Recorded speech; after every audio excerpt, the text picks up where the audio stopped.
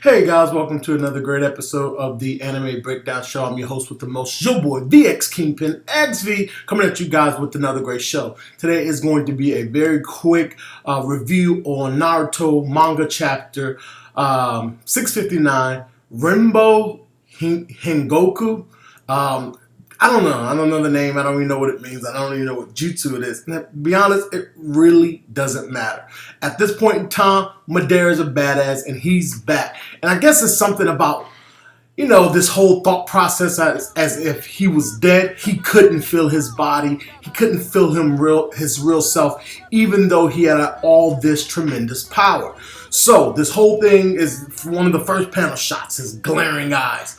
You see him putting his eye back in. You see him going against all the Jubi or the Biju at one time. And you know it's about to go down. Then he gives this ominous, crazy laugh, like, ha ha ha ha. And then he's like, I can finally feel the fight. So he's like gone absolutely mad. He's crazy at this point in time. And then he's starting his jutsu, and your boy Kurama starts to know something's just not right. And the first beast, he's like, what are you doing? Shikaku's like, why are you so scared? You shouldn't be scared of this guy. You're wimping out, some bullshit like that. And I'm thinking to myself, the nine-tailed fox is 9 times stronger than the one-tail. Why would you, if he's nervous, maybe you should be too. Maybe it's always like that one idiot relative who's just always starting shit and never realizing what he's actually getting himself into. That's my thought process on it. But then your boy Madara busts out the jutsu, and he's trying to, he did actually bring back a portion of the Guido statue, or the Guido statue, whatever you want to call it. And those are the things that absorbs the nine-tailed fox and then makes this person a whole complete beast, this, that, and the other. But Kakashi somehow had enough power to stop like a portion of it.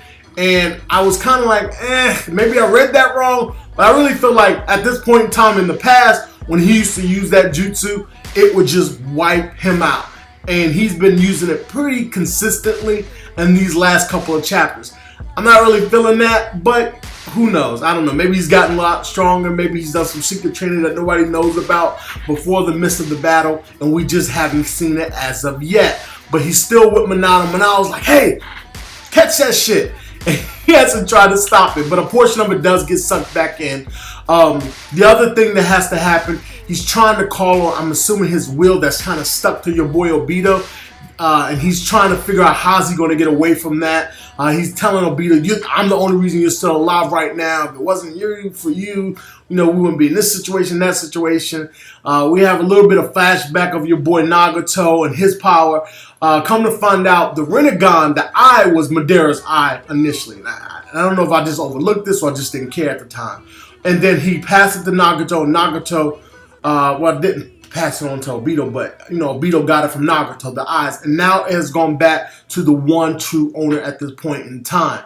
And I think at this point, they said the only 2 people who've ever truly reached the Rinnegan was the Sage of the Sixth Path and Madara. So now they're just up the ante on the ability of Madara, only with the Senju DNA, but with the ability of Madara being able to reach the Rinnegan, it's close to the Sage of the Sixth Path. No different from Naruto, I guess, at this point in time.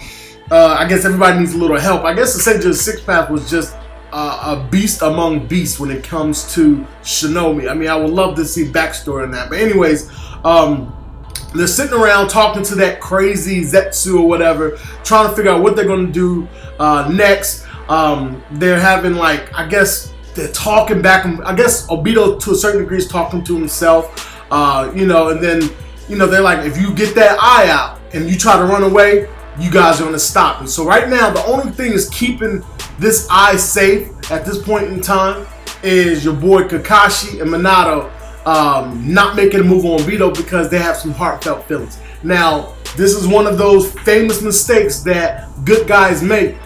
Really, to be honest with you, they should take Obito down. They should cut his head off, capture that Zetsu, and take out that eye. They're wasting time, they're bullshitting. Obito doesn't deserve to live after everything he has done at this point in time. And then it goes kind of back over into, what your boy Madara is doing on the battlefield. There's a whole lot of talking going on in some of the panels. Let's see here. Oh, when he gets on, now he does call it back. When he calls it back, they're like, hey, you're dripping with blood. He's like, I guess, with all this fighting, I just haven't paid attention to my own body. I guess I need to be more careful, some bullshit like that. And then he jumps on top of the Gedo statue to get ready for this. It's called the Rinbo Hengoku. And then all of a sudden, he pulls out those chains out of the Gedo statues or whatever, and starts absorbing all the